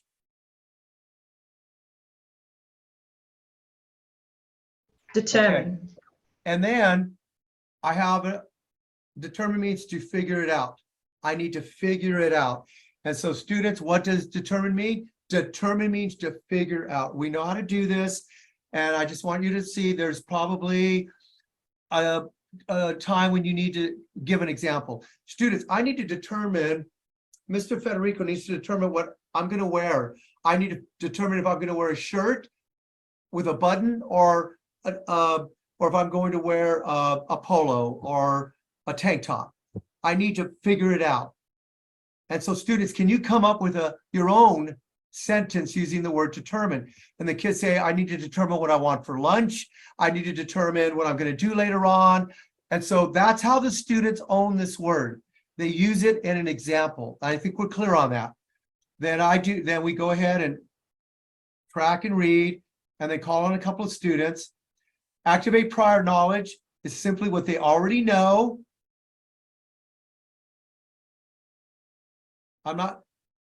Again, look at this. This is called the rule of two again. I do problem one, and now students, you do problem two. But remember, all of the students, I think this is a third grade lesson. All of your students are reading with you here. All right, everyone, let's read this together. Ready, go. Solve the problems below. All right, let's all read this together. Number one, ready, go. How would you split a whole pie into 2 equal parts so that 2 people get the same amount? So students, I know that there's 2 of us. I can split the pie in half. You get a piece, I get a piece. All right, students, let's do number 2. How would you split a whole pie into 4 equal parts? And now on your whiteboard, go ahead and split your pie. Okay. And then they split it, they talk about it. What do we need them to do? Pair share. This is what they already know. And then show me your whiteboard. Here's what, remember what I said, critical and non-critical attribute? Let me show you what I mean. Is that one way? Is this one way to do it? Yes. Is this another way? Yes. How it's cut up, that's not critical. What's critical is that you have to split it into 4 equal parts. But how you do it, it's non-critical. Okay. So then, students, you make the connection. Sometimes we have to split and into whole pieces. Make sure we always make the connection. Now, this is really, really critical. Unit, everyone say unit. Now, students, I remember unit is 1. And I remember unicorn has 1 horn. A unicycle has 1 wheel. A uniform is just 1 way everyone dresses. 1. So what does unit mean, everyone? In a complete sentence, unit means 1. So a unit fraction represents, everyone say represents, 1 equal part. An equal part of a whole. Everyone make a whole. And they have to be what? That's it. That's how we remember it. Unit fraction.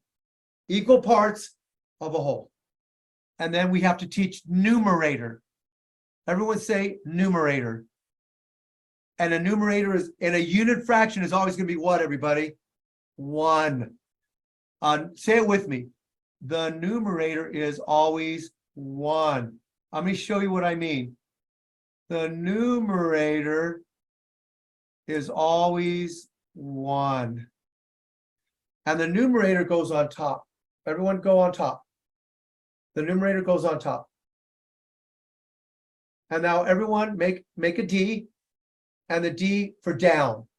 So say denominator. D for down. The denominator goes down, and the numerator goes on top. Turn to your partner and tell them, where does the numerator and denominator go? And then we have one more concept. The denominator is the number of the total equal parts. Students, there's 4 equal parts. 1, 2, 3, 4. So there are 4 equal parts. 4. All right, so that's where we got the 4. And that's called the what? Okay. So now students, in your own words, what is a unit fraction? A unit fraction is 1 equal part of a whole. Got it. Remember, I have to show you what it is and what it is not. Students, let me just go ahead and show you something here. Look at this pie. Is this divided into equal parts? Is this the same as this and this? They all have to be the same. Are they all 4? Are they the same? No. This is not a unit fraction because they are not all what? Equal. This is how we drive the concept. We have to be this is the critical attribute. It's critical because if you don't understand this about an equal part of the whole, you're going to get this wrong. All right. So now, what 3 words did I just teach? Remember we said there are 3, 4, 5 words that we're going to teach sometimes in a concept? Well, we just taught 3. Unit fraction, a numerator, and a denominator. All right. Let me ask a question. What do you tell your students a fraction is? If they haven't been taught, what do? A fraction is what? It's not on here. We don't give a definition, but you're going to have a student that forgets. You always need to remind them, again, a fraction is also a part of a whole. They're not always going to be a unit, but a fraction is always parts of a whole. We're just talking about a unit fraction, but they still need to know what, everybody? That a fraction separates the whole. It's part of a whole, even though it's not here. So I want to stop right here. Turn to your partner. How do we teach this concept of a unit fraction? So here's my question. What are some strategies from the engagement norms that I did for this? What are some engagement strategies? You know, the 8 strategies that are behind me. What did I use to teach this? Gestures. I use gestures. Always. If I do this and do this, they will remember 1, unit, denominator, down. But I always have them practice. Okay, very good. Because you'll see the kids doing this. All right. What's another strategy that I used? Julie R. Absolutely. Read and track with me. Notice also, though, I'm using circle. I'm connecting. I'm navigating. I'm mapping out the lesson. I'm mapping it out. I'm going through each of the phases. I'm connecting the dots. I'm connecting the definition with the examples. We need to do that, teachers, more. We need to show the definition, the blue color, and show how it's connected to our example. Notice the blue and the green and the light blue are how I connected all those. And so it helps some of our visual learners to be able to see how they're all connected. So that's why this is color-coded. And that's why we color-coded this blue right here. This is a unit fraction right here. Not this, not this, not this. I pointed this one out because this is the one equal part of the whole that's different than the rest. 1 out of the 4. This is 3/4. We're not talking about 3/4. We're talking about 1/4. That's a piece of the pie. 1 out of the 4. Okay, so always connect that.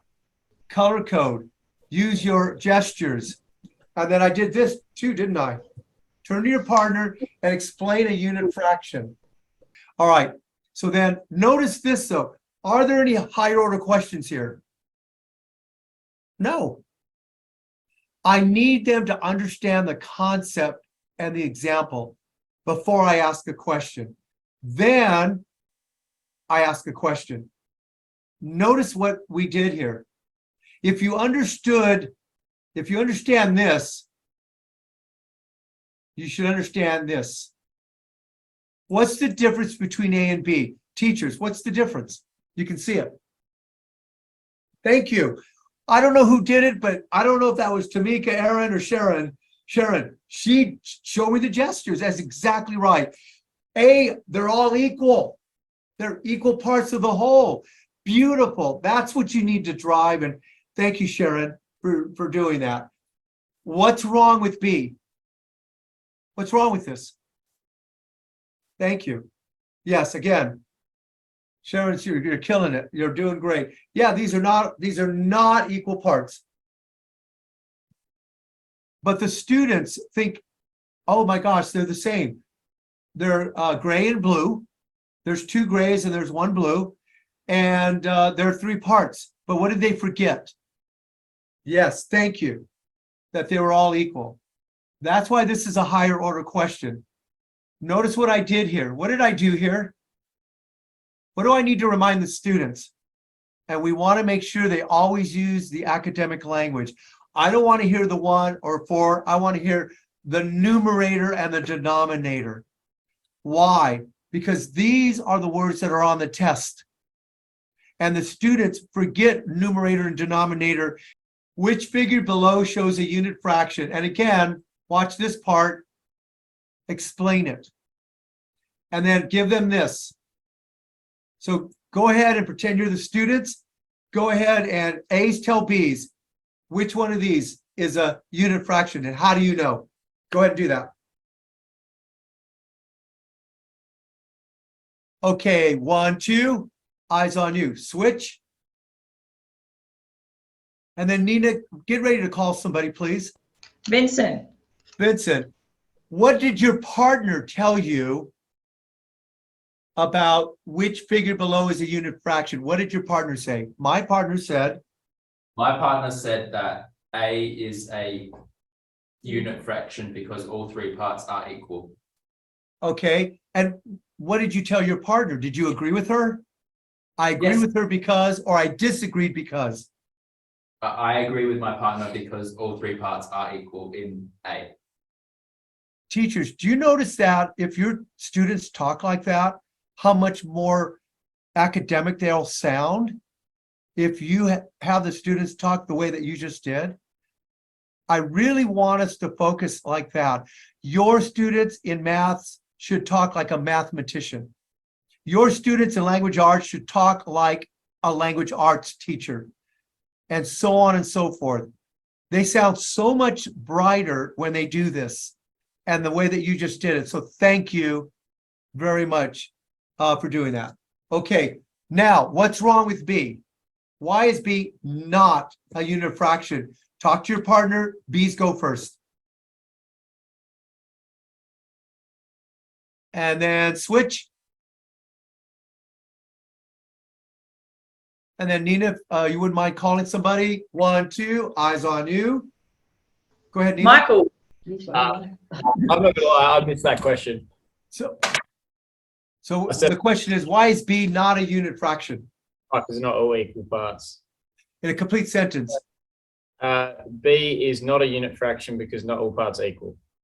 This is the repetition, the rehearsal we said that we need. And that's why we insist on the students always using the academic language in the response. Okay, so teachers, write this down. Never, ever accept a partial answer.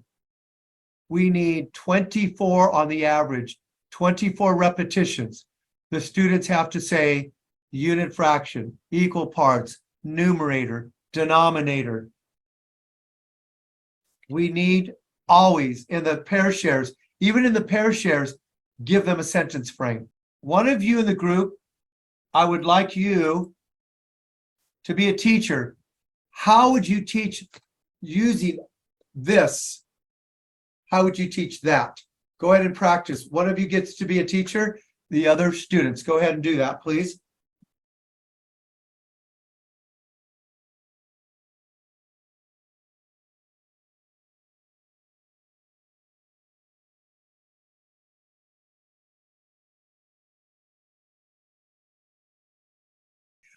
What is one thing we have to do, and what is one thing we have to do in teaching this? Beck?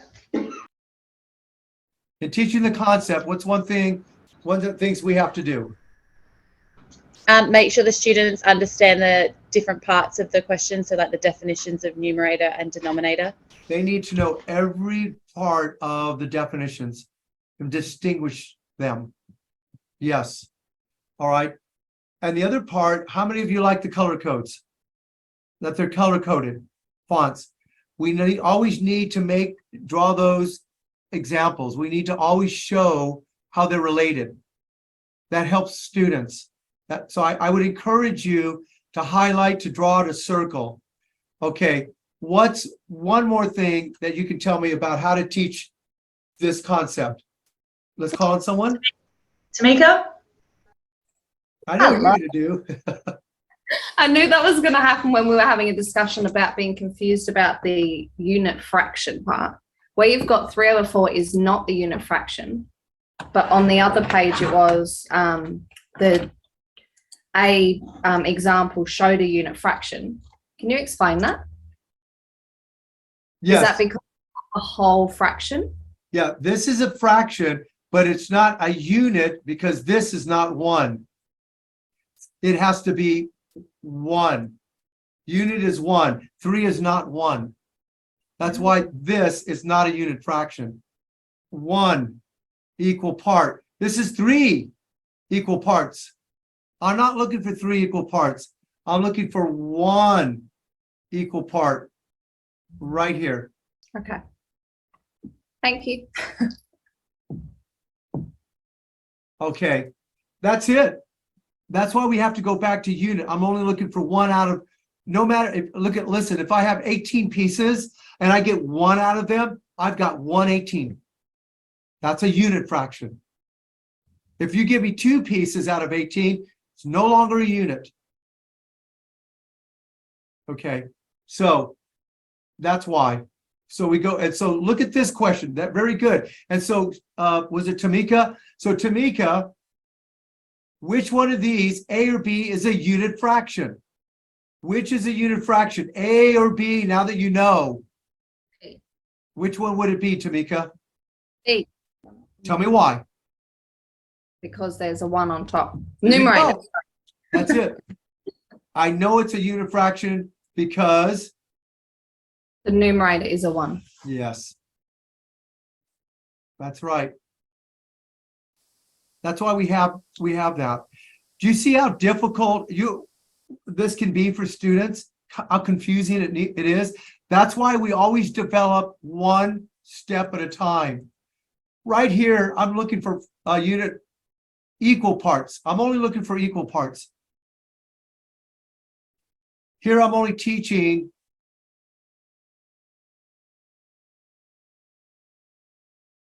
a unit fraction. It's always 1. This is not equal. Therefore, it cannot be a unit fraction. Then I show them what it is. And then I ask him, okay, which one of these is a unit fraction? And you already got it.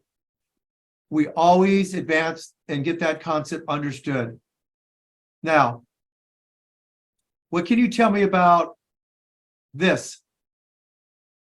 Look at this. Count the pieces. Ready? Count them. 1, 2, 3, 4, 5, 6. This is the part where the students need to be able to know the parts of a whole. So A could be the only answer because it's 1 out of 6. They have to be able to slow down and be able to count, because they will be tested on a lot of the misconceptions if you do not teach them what to look for. That's why we did this. All right, so let's go ahead and erase all this. So there's another question. What's wrong with B? Because I count 1, 2, 3, 4, 5. Why can't B be right? I count 5. I'm not counting the blue one. Because they all have to be what, everybody? Equal parts of the whole. There are 6 total. There are 6. You have to count even the blue one. Okay. Now, how do we teach? What is the rule that we use to teach this? Who remembers the rule? It's called the rule of Two. two. I do, you do. Thank you, everybody. I do, we do. I do the first one, and then you do the second one. Please don't forget that. Write it down somewhere. I'm going to do this one. You're going to do this one. Don't forget that rule of two. I am modeling one, and then I do one. I determine the unit fraction, and then I determine it. Then I interpret it. Do one at a time, one piece at a time. All right, now I'm going to go back. I think this is important. We just did skill and guided. I do, you do. I do, you do. Relevance. This is a higher order question, not for your young students, not for 5 and 6 year olds, but older students. Relevance is importance. Why is this important to know? And we always make sure that we tell them why it's important. Identifying characters in a story will help you know what the story is about. Just tell them. Just tell the kids this is why it's important. Now, is there another reason? It doesn't matter. If the kids can't come up with a reason, don't worry about it. But if they do, let them. That's all we need to know about relevance for our foundation kids, for our first grade. All right. But now look at this. We have 2 reasons. This is reason number 1, and this is reason number 2. For our older kids, we always give them, write this down, PAR. Write PAR like this. PAR. So for P stands for personally importance. Students may like fractions. They may like to cook, and they may want to, add ingredients so that they can bake pies or cookies. Okay, number 1 is personal. A is academic because it will be on a test. And R is real life. R stands for real life. Why is it important? Because I want to be a chef and I need to learn how to do this. Or I want to be a doctor and I need to know how to use fractions in order to give the right medicine. So PAR is how we determine relevance. Personal, academic, and in real life. What did you learn today is one of our final higher order questions. And every single time we do this, I want you to remember this. It has to include a word bank of the academic words you just taught. All of your closure should include some of the words, the academic words. This is the closure. What did you learn today? And remember, it has to have academic language. So let's kind of sum this all up. Your pair shares should always have the academic language. They should always have a sentence starter that you give them. Turn to your partner and explain to them what a unit fraction is. A unit fraction is. Turn to your partner and tell them what a character does. A character does this, talks or does something. We always need to have a sentence frame, no matter what. Provide sentence frame before pair share. Make sure your students share reasons for their answer. So Nina, right here, this is the process. The teachers have to make sure the students share reasons, rationale, justifying their answers, interpreting their answers. If you walk into a classroom and we're not seeing this, we need to do this all over again, guys. We're not giving our students the opportunity to be able to rationalize, to use critical thinking. We're not allowing them to process. So it's really important we need to know how to ask these higher order questions. Remember, it explains their reasoning. Why is this important? It reveals why the students also don't understand. This is why it's important. The students who get it will say, I understand, they'll be able to explain. But have you ever had a student that says, I still don't get it? I still don't understand? That's what I need to do. I need to develop that student, and then I need to go back to the drawing board as a teacher, and then I need to go back and say, where are you confused? I need to go back and ask those questions. That's why we're always asking 100% for concept development. It's the only time we do. I only need 80% with the skill. I can work with the other 20%, but 80% need to advance the skill. But it's 100% that it need to advance the concept.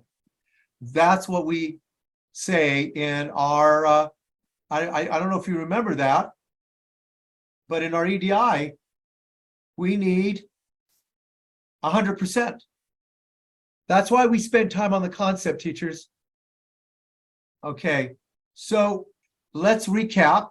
Let's go ahead and what did we do today?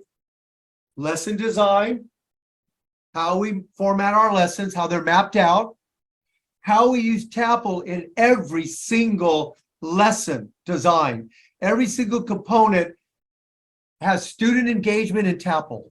Every one. Learning objective, activate prior knowledge, concept, skill. And then we went over feedback. I just want to go ahead and I want to remind you, everyone, all of our EduSeri lessons that you have access to. Nina, remember, Joel said everybody has it. Teachers, all of your students will get an independent practice. Practice makes permanent. We want to practice, practice, practice, repetition, application. Then we have what? This is the curve of forgetting. So we have a periodic review a couple of days later. This is review 1. It takes about 5 to 10 minutes. Then we have periodic review 2. 5 to 10 minutes. Then we have periodic review 3. All of our lessons include multiple opportunities to apply and rehearse, which is why we want you to play with our lessons, understand how we connect all of the strategies on every level, and we get students to get the long-term memory because we provide many opportunities for periodic reviews. So now that's our lessons. Every one of our lessons have all of these components.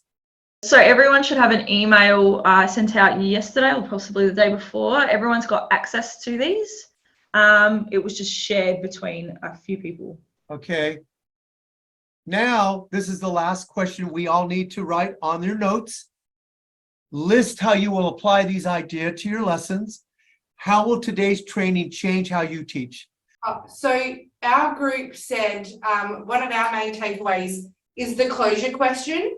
I mainly do spelling and literacy with one of my students. I'm not based a lot with classroom support, but I think that's one area where I know I can really improve to make sure that she's understood the learning. Like when we're focusing on a new grapheme, making sure she's got that and she understands the rule before we move on the next day. Very, very nice. Someone else. We spoke about the importance of making sure we're getting students to do those complete sentences and using those gestures so that they understand what we're talking about a little bit more. We've got year ones.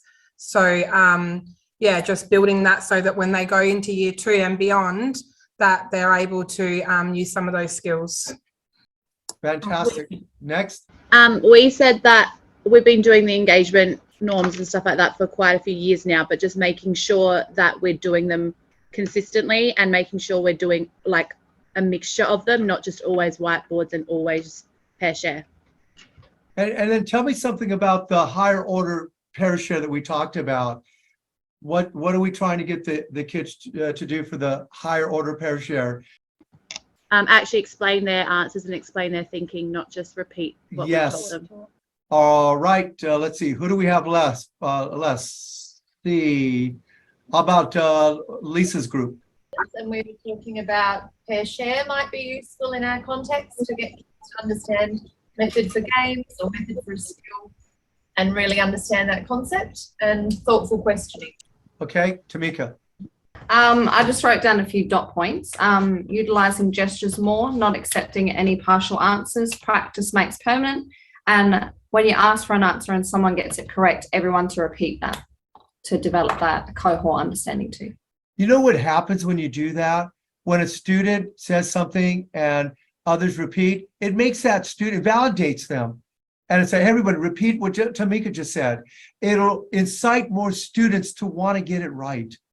And I think there's nothing wrong with that. And kids need validation, even if it's if it's a student that shows me a great whiteboard and I say, Carmen, that was a great answer. Please share with us what you said right on your whiteboard. I like being able to walk around, proximity walks. I love the whiteboards because I can point out really good things from students who otherwise may not have gotten notice. And then I'll say, I'm going to call on you in a little bit, but be prepared to give us an answer. And so all of these things I do in order to let the students know, one, I'm paying attention. I am also validating students. And then three, that they feel safe and comfortable in my presence in the classroom, that I take notice.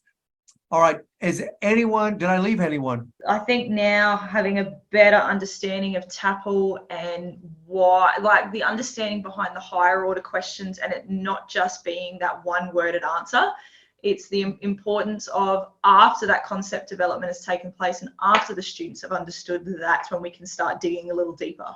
And yeah, that importance of ensuring that we're utilizing engagement norms within that process of checking for understanding. And that's it. I thank you all for your participation. Thanks, Matt. Mine was about to.